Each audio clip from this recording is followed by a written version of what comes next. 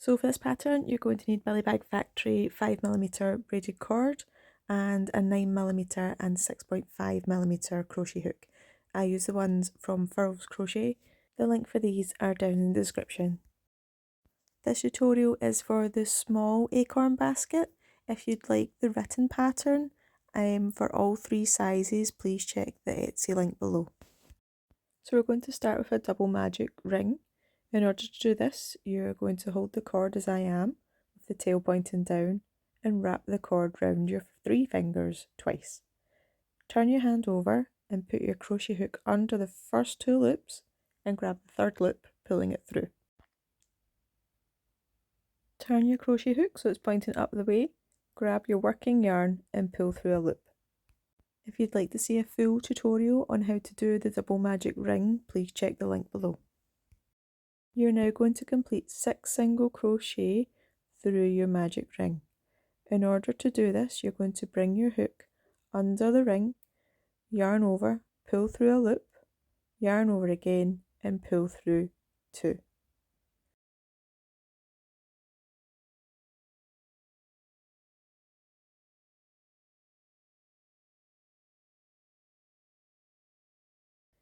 Again, that is, put your hook under the ring and yarn over, pull through a loop, yarn over again and pull that loop through the other 2 loops on your hook. You're going to repeat this 6 times in total. Make sure that you're crocheting over both loops of the double magic ring and the tail.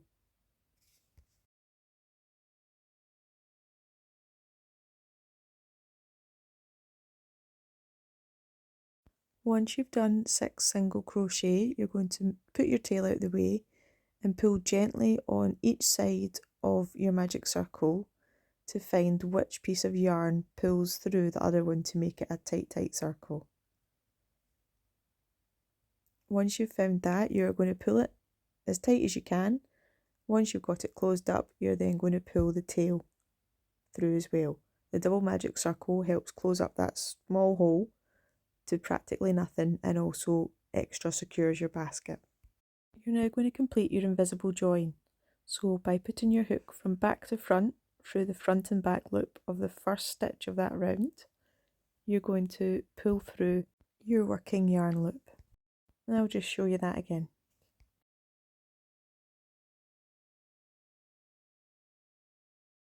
Insert your hook from front to back of the front and back loop of the first stitch of your previous round.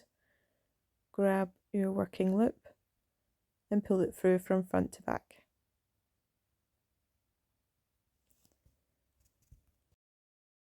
You're then going to insert your hook through the waistcoat stitch of the first stitch of that round.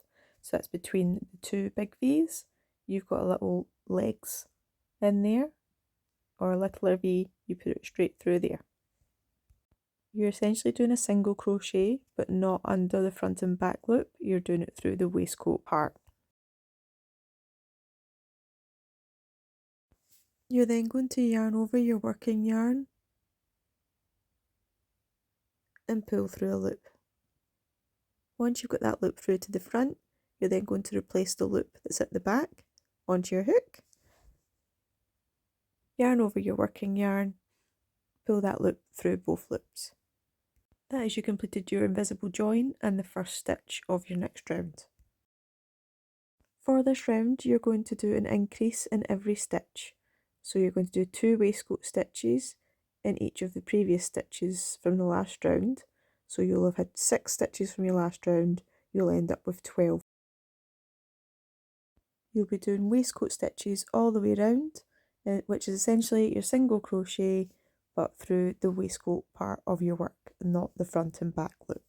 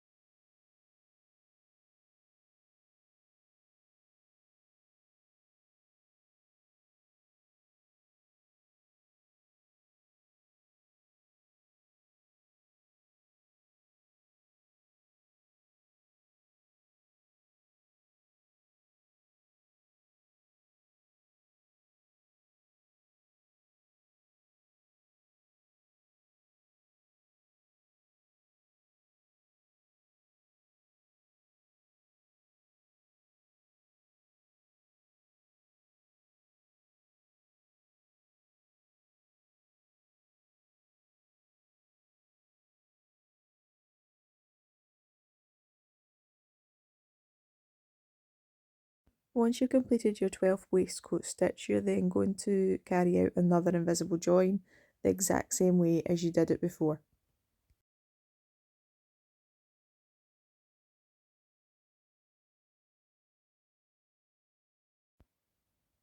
Insert your hook from front to back of the front and back loop of your previous round.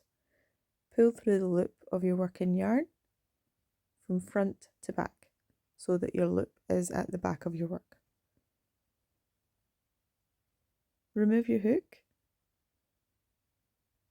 and then insert it through the first waistcoat stitch of the previous round.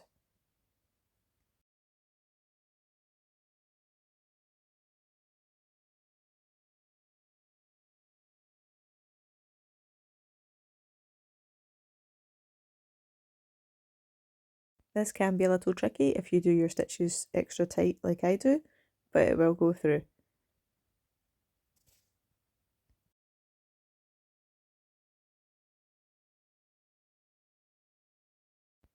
Yarn over your working yarn and pull through a loop.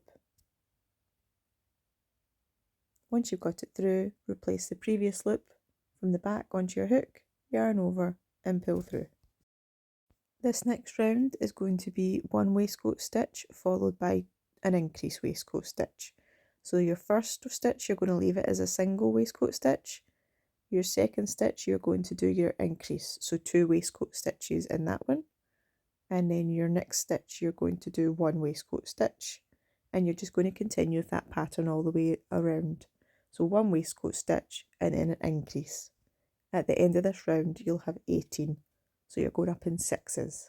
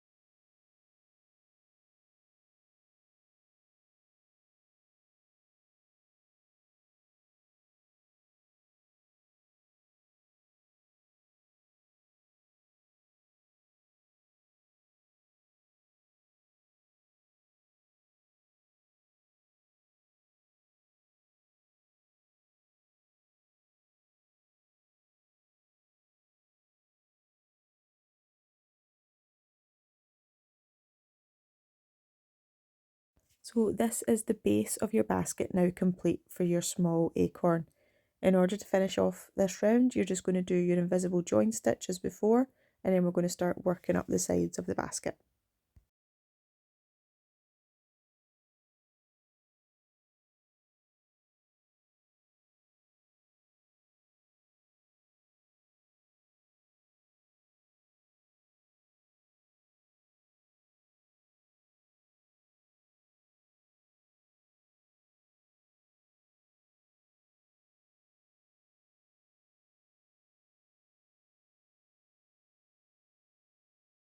So for this round, which is round 4 all the way to round 8, you are just going to complete 4 rows of single waistcoat stitches with your normal invisible join to start the next row and end that row.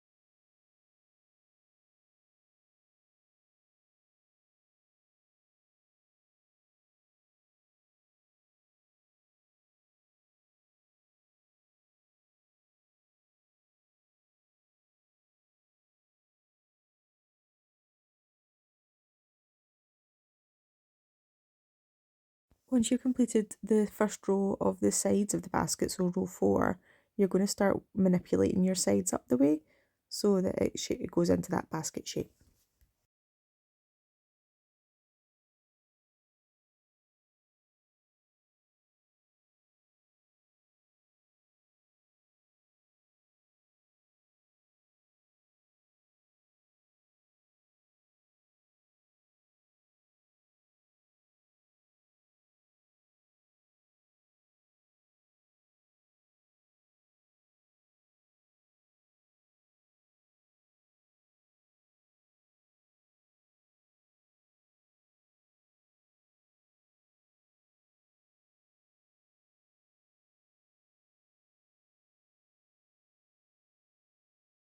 Rows 5, 6, 7 and 8 are the exact same.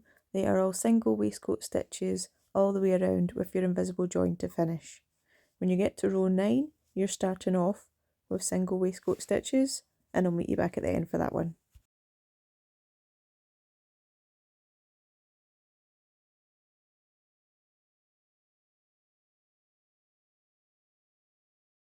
So like I said before, row 9 is started the exact same. It is waistcoat stitches all the way around until you get to your second last stitch. So it will be stitch 17 on this round. You're going to do one decrease, and that is just to get the top of the basket cinched in a little bit so that the lid fits on. So to do your decrease, you're going to pull through a loop on the waistcoat part of your stitch, and then go to your next stitch along, put the hook through and yarn over another stitch, so you'll have 3 loops on your hook. You're then going to yarn over your working yarn and pull through the 3.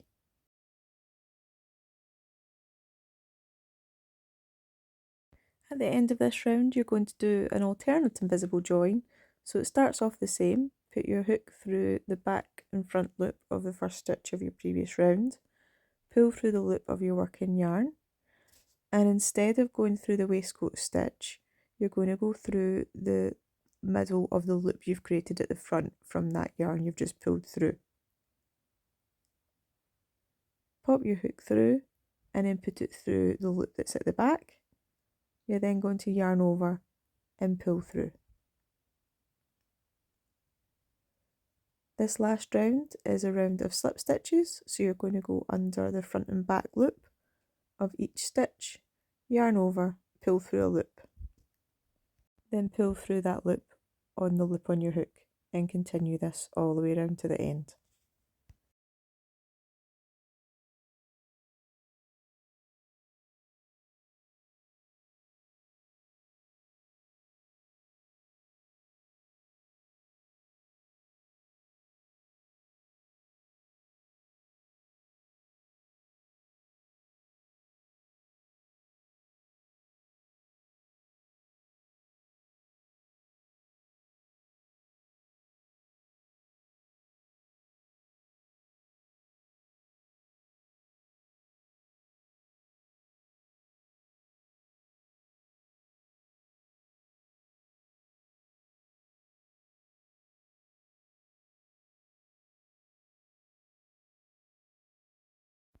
Once you've completed the last slip stitch, you're going to cut your tail and pull it through.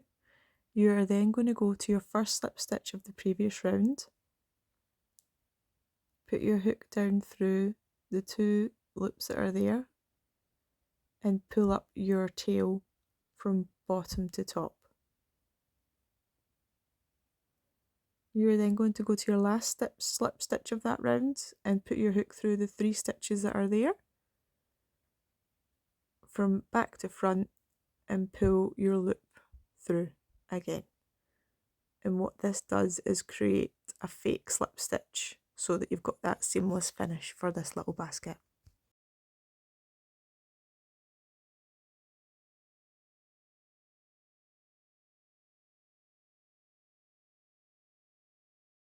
You can then weave and hide in your tails and cut off the excess, and that is the little main body of your acorn complete. Now we're going to complete the acorn lid for your little basket. You're going to grab your contrast yarn and start the way we did with the basket. you're going to create your double magic ring using your 9mm hook.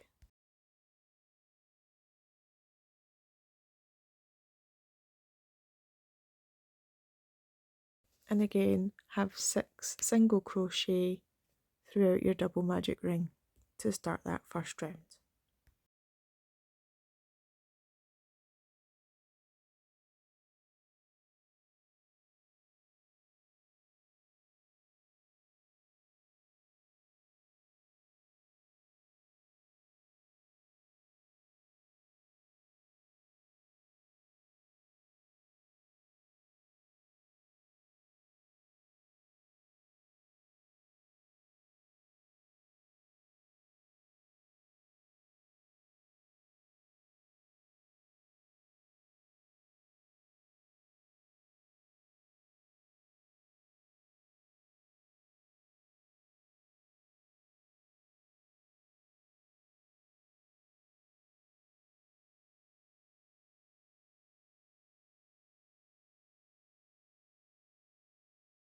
The process of the lid is pretty much the same as the basket. You're going to do your invisible join to end your row and start your stitch in the next round.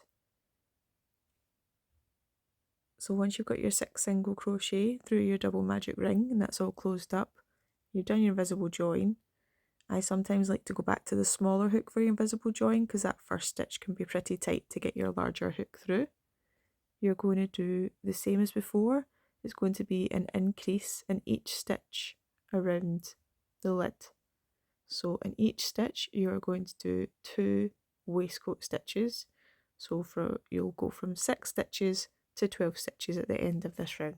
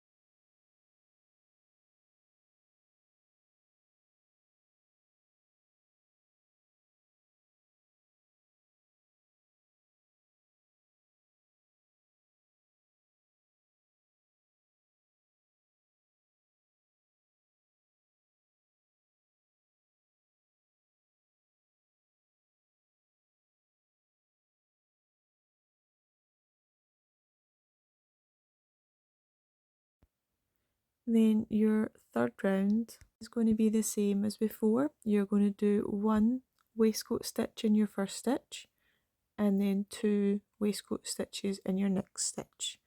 So it's a single stitch followed by your increase, followed by single stitch, followed by increase, same way as you did before, and you're going to end up with 18 at the end of this row.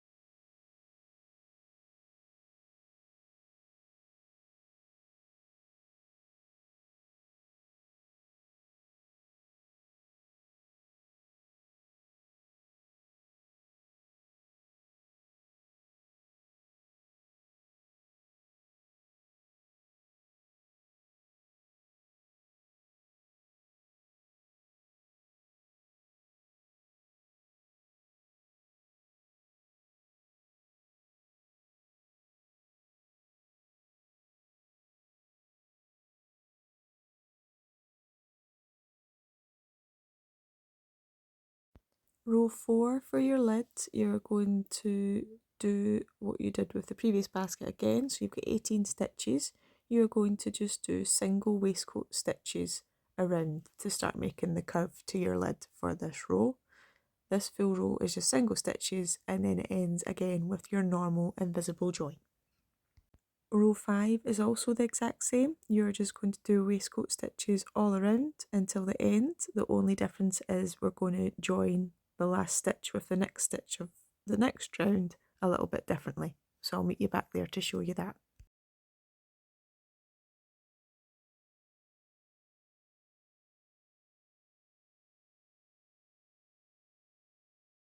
So now that you're at the end of row 5, I'm just going to show you the slight change that we're going to do to join this to row 6. Once you've completed your last waistcoat stitch, you're then going to join with a slip stitch. So you're going to insert your hook through the front and back loop, yarn over, pull through a loop, and then pull that through the loop that is on your hook. You're then going to do slip stitches through the back loop only of this round. So not the front and back, just the back. Your slip stitch is just carried out the same as it always is, pulling through a loop and pulling through the loop on your hook.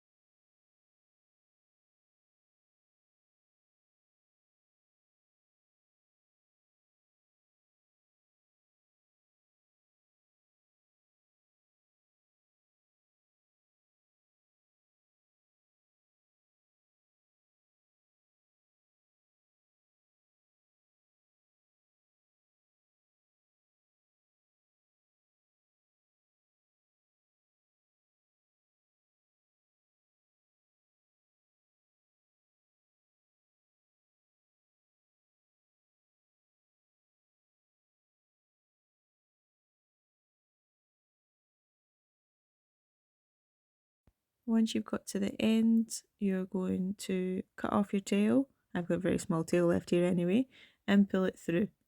You are then going to weave it up through the bottom of the first slip stitch of that round and then tuck it through the back as before.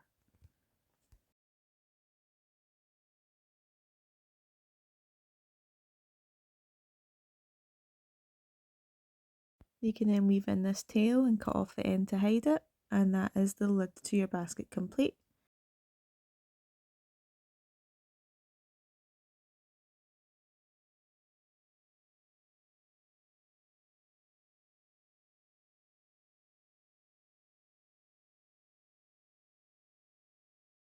With using the two different size hooks, you should get a nice snug fit for your basket. You might need to squeeze in the sides a little bit to get it on first of all, as it may be a little bit too tight with it being the same amount of stitches, or it might need a little bit of a stretch, but generally this fits pretty well.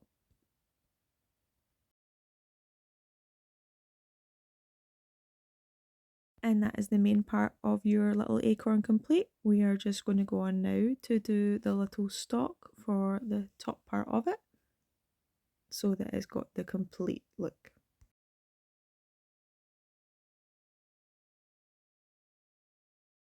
So to make your stalk handle for the small basket, you are going to chain 5.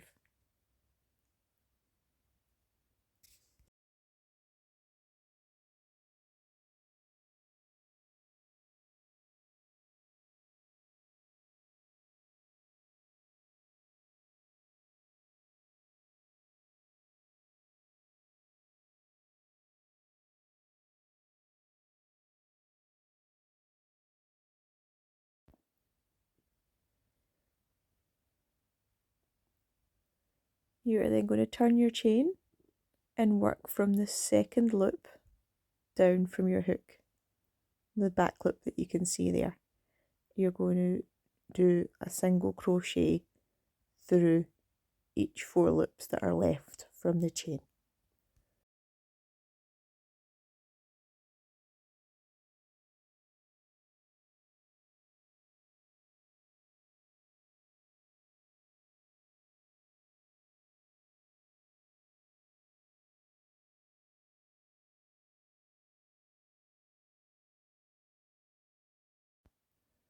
And after your last single crochet, you are going to chain 1 and pull through a loop and cut off your tail.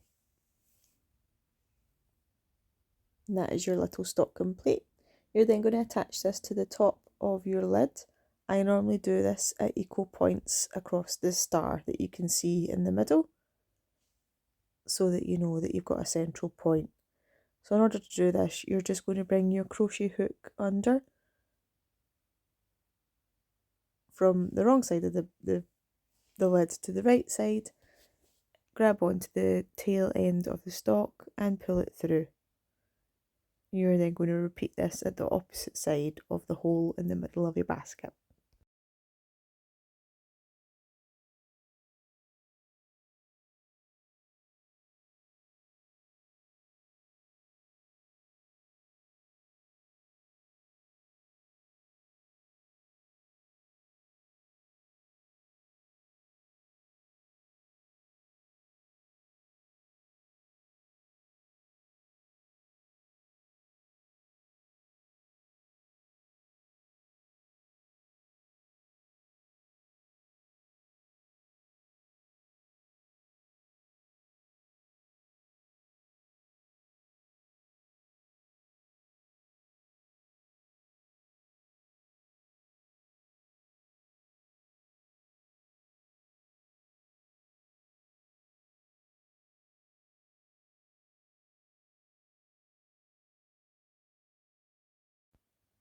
Once you've got both tails through, I like to pull these down tight, and then you're going to tie a double knot in these ends just to hold that down secure.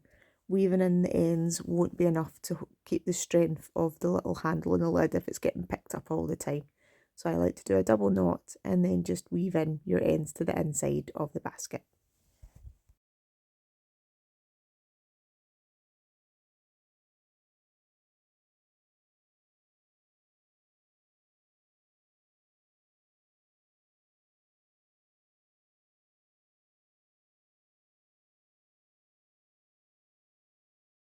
And that is your little basket complete. You can put it together. Just ignore the tails that I've left hanging. I haven't bothered tucking them in yet.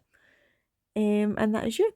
If you would like the written pattern for this, as well as the other 2 sizes, the medium and the large that I make, as well as the quantities and a wee discount code for the Bilibag yarn that I use, you can find the Etsy link for this pattern below in the description. Thanks for watching. Don't forget to like and subscribe as well.